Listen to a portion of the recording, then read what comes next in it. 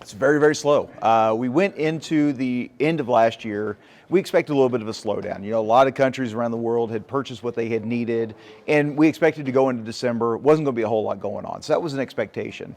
The surprise is, as we went through January and now as we start February, still very, very slow out there. And fertilizer's one, very, very difficult for markets to hold price when nothing's going on. So we have seen prices around the world starting to slide.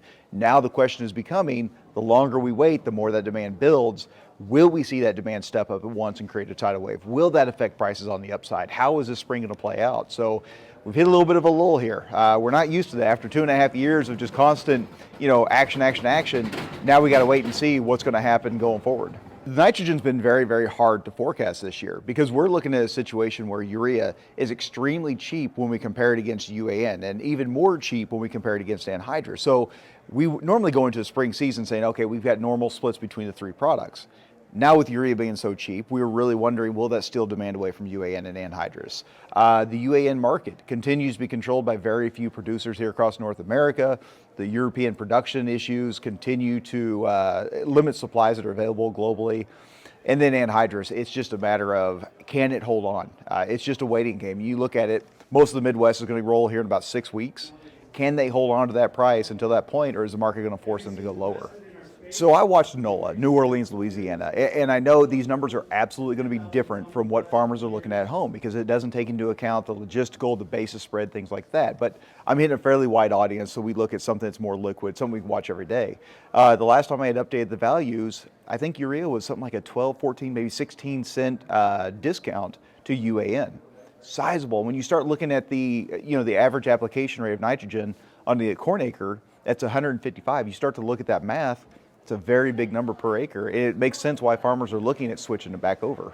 2 days ago, last night I flew in from New Orleans. And so 2 nights ago, I actually did a river cruise. And so we got to be on the river and take a look at it firsthand. Fortunately, the river levels are much, much improved from where they were last fall. We're not dealing with the record lows. We've had a lot of moisture come across the Midwest, which has been the savior. However, we can't sit there and say that it's completely behind us. If we were to turn dry, we could still deal with that situation again going forward. We're not expecting that. We think it's going to be okay, but it's certainly something we're watching. So right now we're hopeful on river logistics. Rail is going back to work, or was back to work. They never really went off work. The strike was averted, but still there's some things there that we're worried about that the workers didn't get what they wanted, and they're still upset about that. Truck, we're always worried. We're always losing truckers. It's a very difficult lifestyle. Those guys don't get paid near what they're worth. We keep losing them to, Amazon and FedEx, places that get them home more often than a cross-country fertilizer or grain hauler can.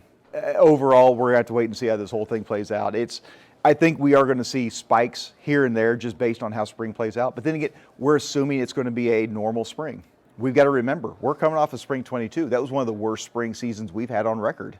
I know the anhydrous numbers show it. A lot of the other fertilizer demand numbers show it. So we can't sit there and just automatically assume we're going to have a phenomenal spring season. It may be another bad one. We don't know.